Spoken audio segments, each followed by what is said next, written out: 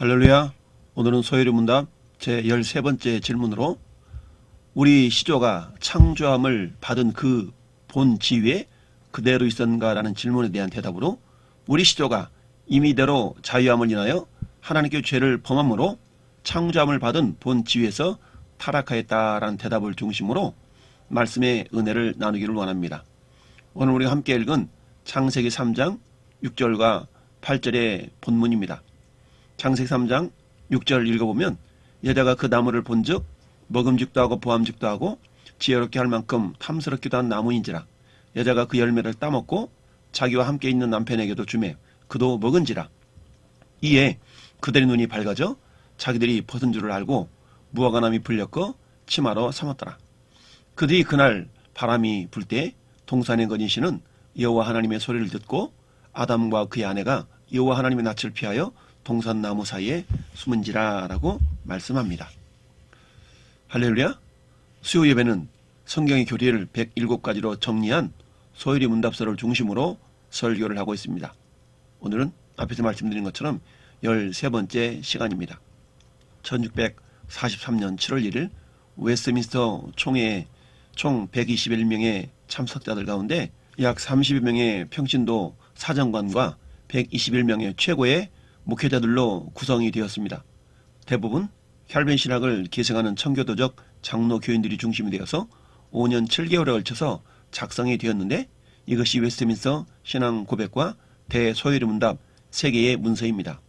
웨스트민스터 소요리 문답이라 함은 회의 장소가 웨스트민스터 예배당이기 때문입니다. 소요리 문답 13번부터 19번에서는 타락이 어떤 의미이며 그 타락의 결과 우리가 처했던 상태가 얼마나 큰일 날 상태였는가를 공부합니다. 여기에는 간과하기 쉬운 무척 중요한 사실 하나 있습니다. 타락조차도 하나님의 섭리 가운데 있다는 사실입니다. 자, 이것은 쉽게 이해하기 힘들 수 있습니다. 타락이 섭리 가운데 있다니. 하지만 이런 의문은 너무나도 자연스러운 것으로 그 질문 그대로를 가지고 잘 따라오시길 바랍니다. 소요리 문답을 공부하다가 어려움을 겪는 때는 앞에서 공부한 내용으로 다시 돌아가야 합니다. 7문부터 뒤에 나오는 문답은 사문에서 배운 하나님의 속성에 맞추어 하나하나 풀어가면 됩니다. 절대자 하나님이며 공의의 하나님이신 그분의 속성에 따라 하나님의 작정 안에서 속해있는 모든 내용을 이해해야 합니다. 앞에서 배운 것과 뒤에서 배울 내용이 서로 밀접하게 연결이 되었다는 얘기입니다. 우선 타락에 대해 제대로 이해하려면 창조와 섭리에 대해서 배웠던 것과 연결 지으면서 공부해야 합니다. 먼저 창조에 대해서 배웠던 때로 거슬러 올라가 봅시다. 처음 창조된 상태에 우리가 얼마나 소중한 존재였는가를 기억해 봅시다. 그래야 타락의 결과로 우리가 떨어진 나락이 얼마나 비참한가를 절실히 알게 됩니다. 그냥 창조된 그 상태에서 타락했다. 이렇게 글자 자체로만 보면 별 느낌이 없습니다. 출발점을 알아야 합니다. 어디에서부터 어디로의 추락인가? 그것을 비교해서 볼 수 있어야 합니다. 실로 엄청난 차이입니다. 그리고 타락의 결과 우리가 다 죽었다고 했는데 멀쩡히 살아있는 사람들이다 보니 죽음이라는 단어가 통 와닿지가 않습니다. 죄의 값은 사망이라고 했는데 아담이 바로 죽었나요? 겉으로 보기에는 에덴 동산에서 쫓겨나기만 했을 뿐 그 후로는 950살까지 잘 먹고 잘 사는 것처럼 보입니다. 그러므로 여기서 사망의 정의가 중요합니다. 하나님과의 교제가 끊어진 것, 그것이 바로 인간에게는 사망입니다. 인간에게 있어서 하나님과 단절되는 것이 곧 그가 겪을 수 있는 최악의 상황이라는 점, 이것이 타락에 대해서 배울 때 중요한 관점입니다. 하나님은 섭리에 대해서 배웠던 대로 거슬러 올라가 봅시다. 섭리의 대상이 그야말로 모든 것이라고 했습니다. 그러므로 당연히 인간의 타락도 하나님의 섭리를 거스르거나 서로 배치되거나 하나님의 계획이 마치 인간이 예기치 못한 범죄로 인해 틀어져 버린 것처럼 오해해서는 안 됩니다. 그렇게 되면 하나님의 계획이라는 것이 뭐 그래? 이렇게 묻게 됩니다. 그러다 보니 이 부분을 참 많은 사람들이 이해하기 힘들어합니다. 타락이 하나님의 섭리에 속한 것이라면 우리가 죄 지은 것도 결국 하나님의 뜻이었겠네? 이렇게 반문합니다. 그러나 이것은 하나님의 뜻과 하나님의 계획이라는 용어를 혼돈해서 생기는 문제입니다. 앞에서 작정에 대해 배울 때에 이미 설명한 바 있습니다. 생각해 봅시다. 하나님께서 싫어하시는 일을 우리가 행하는 것, 이것을 과연 하나님께서 좋아하실까요? 당연히 싫어하십니다. 그것은 하나님의 뜻이 결코 아닙니다. 그럼에도 불구하고 하나님의 작정 가운데 포함될 수 있습니다. 예를 들면 우리가 무언가를 하고자 할 때에 계획을 세웁니다. 그리고 그 계획 가운데는 우리가 원하는 것과는 다른 어떤 계획의 일부를 포함할 수가 있습니다.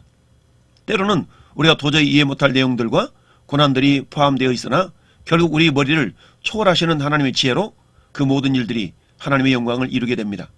또 죄라는 용어가 잘못 규정되어 있어서 어려워할 수도 있습니다.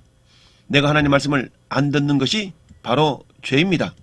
죄라는 것이 따로 있어서 그것 때문에 우리 사람들이 영향을 받아서 실수한 것이다, 이런 식으로 이해할 수가 없습니다. 죄는 내가 짓는 것입니다. 그 책임도 나에게 있습니다. 자꾸 자기 책임을 다른 것으로 돌리려는 사고방식 때문에 죄를 마치 어떤 물질이나 어떤 세력으로 우리를 넘어지게 하는 어떤 알 수 없는 기운으로 생각하고는 그것의 책임을 떠넘기며 결국 그것을 만든 하나님께 책임을 지시라고 하는 것입니다. 아담과 하와 때부터 있어온 오래된 죄악인 셈인 것이죠. 죄는 다른 게 아닙니다. 내 의지로 하나님을 떠난 것, 그것이 죄이며 그 책임은 하나님이 아니라 나에게 있다는 것을 분명히 알아야 합니다.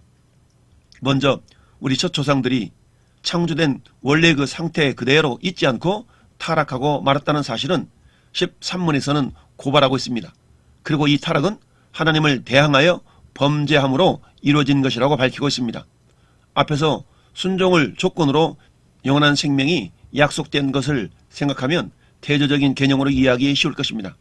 순종은 영원한 생명의 언약의 대가로, 대항은 죽음을 대가로 받게 됩니다. 또한 이 타락은 어떤 다른 원인이 있어서가 아니라 그들 자신의 뜻에 따르는 자유로운 행동이었다는 것도 밝히고 있습니다. 이 단원에서는 먼저 이 세 가지 사실들이 하나하나 어떤 중요한 의미를 갖고 있는가를 살펴보게 됩니다. 그리고 그 범죄 자체에 대해서는 14에서 16문에서 좀 더 자세하게 다루게 될 것입니다. 17에서 19문에서는 타락의 결과로 우리 애가 어떻게 되었는지 그 상태에 대해서 자세히 다루게 됩니다. 그렇다면 13문을 대하면서 어떤 느낌이 우리가 들었나요? 13문은 12문과 매우 밀접하게 연결되어 있는 질문입니다. 창조된 바로 그 상태에 생명의 언약을 받는 놀라운 자리에 대해서 소개를 받았는데 지금 현실을 보니까 전혀 그런 것 같지 않다는 말입니다. 그래서 질문을 합니다. 그 자리에 우리가 그대로 유지되었느냐라는 질문입니다. 답은 예상대로 NO. 창조되었던 그 상태에서 범죄함으로 떨어져 버렸다라고 합니다. 아니, 대체 뭐가 아쉬워서 그런 일이 벌어졌을까요? 인간의 타락에 대해서 각종 신화들은 인간이 신에게 도전하지 못하게 하려고 신들이 인간에게 도저히 풀지 못할 수수께끼를 냈다거나 혹은 보통 사람의 능력으로 도전하기 힘든 시험을 내고는 그것을 통과하지 못하게 타락한 것이라고 합니다. 그러나 성경의 모사는 반대입니다. 앞에서 배운 생명의 언약은 인간이 도저히 실패할 수 없는 시험이었는데도 불구하고 그 시험에 실패한 것으로 말을 합니다. 소리음답은 본문에서 이것을 자의적으로 자유롭게 잘못 행하여 범죄했다라고 설명합니다. 어쩔 수 없이 선악과를 먹은 것이 아니었습니다. 에덴 동산에 과실나무가 몇 그루나 있었을까요? 모르긴 몰라도 엄청 많았을 것입니다. 굳이 선악과를 찾아가서 먹지 않아도 됩니다. 낙원과 같이 최고의 장소로 만들어진 장소였으므로 어쩌면 세상에서 가장 맛있는 과실나무만 죄다 골라놨을 수도 있습니다.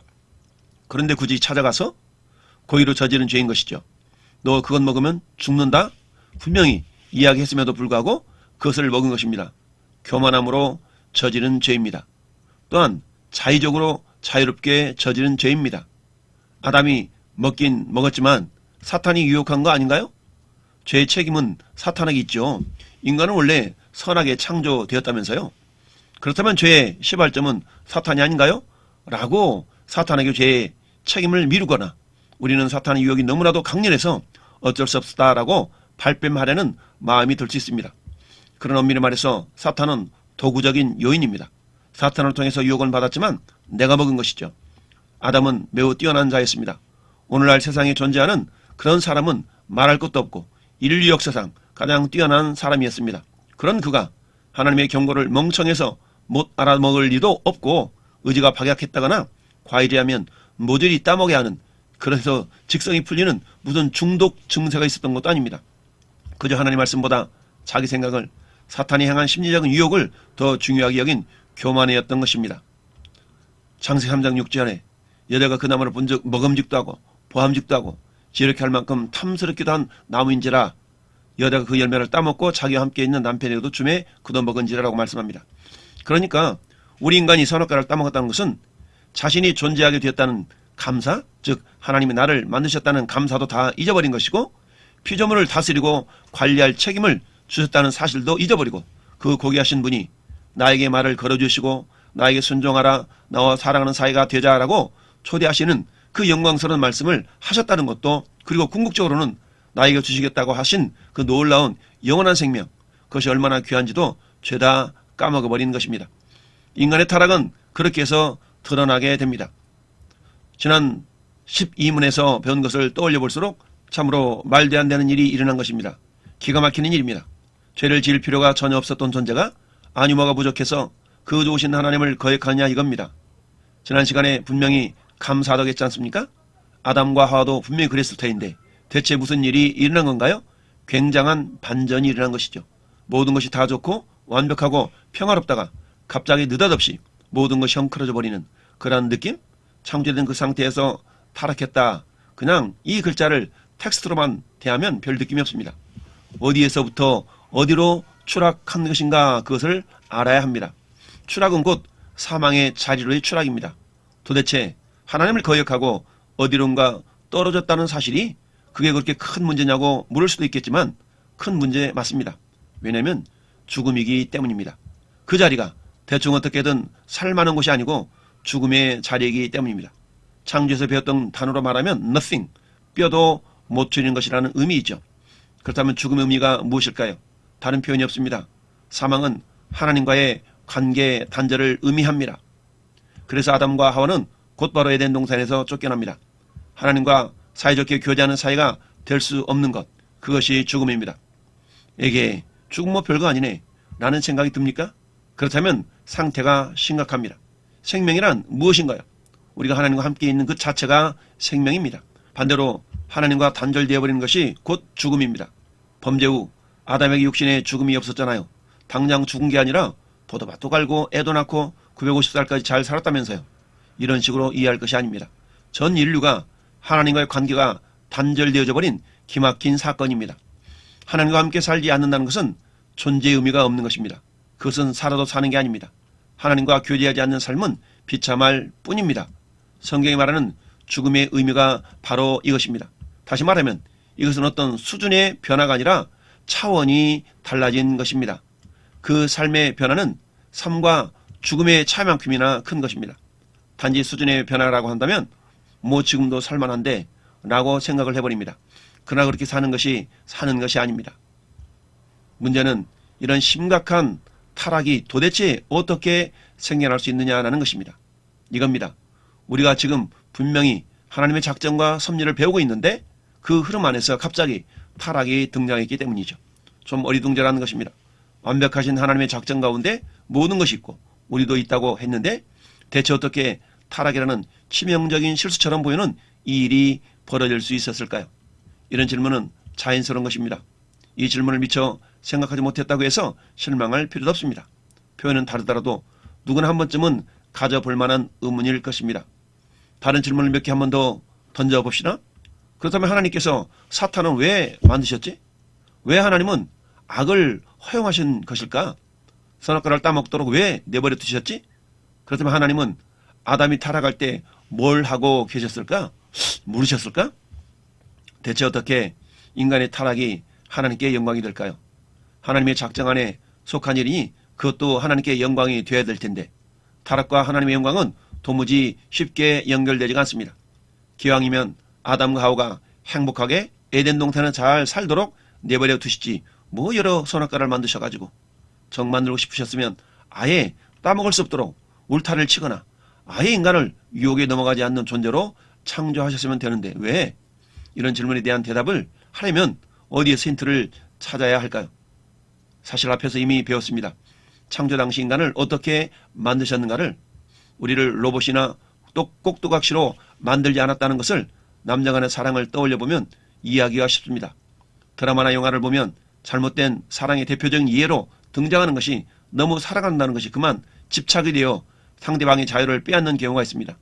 나를 무조건 사랑하도록 자유를 억압하고 다른 모든 가능성들을 차단하고 그러나 그것은 사랑이 아닙니다. 하나님께서는 우리를 그런 방식으로 사랑하신 것이 아닙니다. 그렇게 만드셨다면 우리는 로봇에 불과합니다. 하나님을 무조건 사랑할 수밖에 없는 그런 존재로 만드셨다면 말입니다. 왜 그럴까요? 로봇은 어떤 존재입니까? 무조건 순종하게 프로그램된 존재입니다. 그리고 철저하게 도구로 지어졌습니다. 하나님께서는 그런 도구로 사물의 우리를 창조한 것이 아닙니다. 창조에 대해서 잘 배웠다면 이 이야기도 쉽게 이해하게 될 것입니다. 하나님 말씀이라면 무조건 듣는 그런 존재? 이것은 하나님께서 원하시는 피조물이 아니었습니다. 그런 존재를 만들어서 세상을 통치하도록 만들지 않으셨습니다.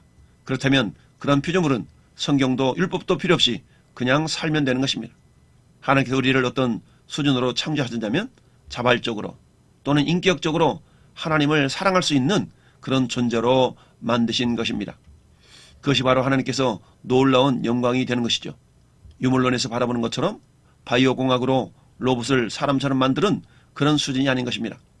하나님의 창조가 위대한 이유는 그가 만드신 피조물이 자신을 거역할 수도 있는 그런 존재로 만드셨다라는 것 때문입니다. 이 창조는 로봇의 3대 원칙 따위와는 그 수준을 비교할 수가 없습니다. 로봇의 3대 원칙이 뭐냐고요? 미국의 SF 작가이자 과학 해설자로 유명한 아이작 아시모프라는 사람이 만든 말로 사람이 설계한 기계가 사람의 피해를 주지 않아야 하고 또 자기 자신을 위험에서 보호하고 방어해야 한다라는 그런 내용인데요. 로봇의 제1원칙으로는 로봇은 인간에게 상처를 줘서는 안 된다. 또 아무런 조치를 취하지 않아서 인간이 피해를 입어서도 안 된다는 것입니다. 이 원칙은 로봇은 인간의 명령에 따르지 않으면 안 된다. 다만 제1원칙에 어긋나는 명령은 예외로 한다. 제3원칙, 로봇은 스스로 존재를 지키지 않으면 안 된다. 다만 그것은 로봇 공학 제2원칙에 위반되지 않는 경우에 한정한다라고 이야기를 하고 있습니다. 그렇습니다. 매우 놀랍고 또한 소중한 사실입니다. 이것은 우리가 사랑을 하게 되면서 더 깊이 이해하게 됩니다. 그런 경험이 종종 있을 수 있습니다. 상대방을 그 죄를 어떻게 해서라도 나를 강제로 사랑하게 만들고 싶어질 때가 있다는 것이죠. 그러나 금방 깨닫게 됩니다. 그건 사랑이 아니라는 것을요. 그렇게 해서 얻어지는 사랑은 귀하지도 않고 금방 실증이 날 것입니다. 하나님께서도 우리를 그렇게 취급하지 않으십니다. 이러한 사실을 깨달은 후에 하나님의 사랑에 대해서 얼마나 감사하게 되었는지 모릅니다. 어쩌면 우리 모두의 인생에 있어서 가장 중요한 깨달음 중에 하나일 것입니다. 오늘도 하나님의 사랑의 마음을 알고 순종이 사랑임을 깨닫고 하나님과 온전한 관계 회복의 은혜를 누리시는 주인공들이 될 수 있기를 예수님의 이름으로 축원을 드립니다. 아멘.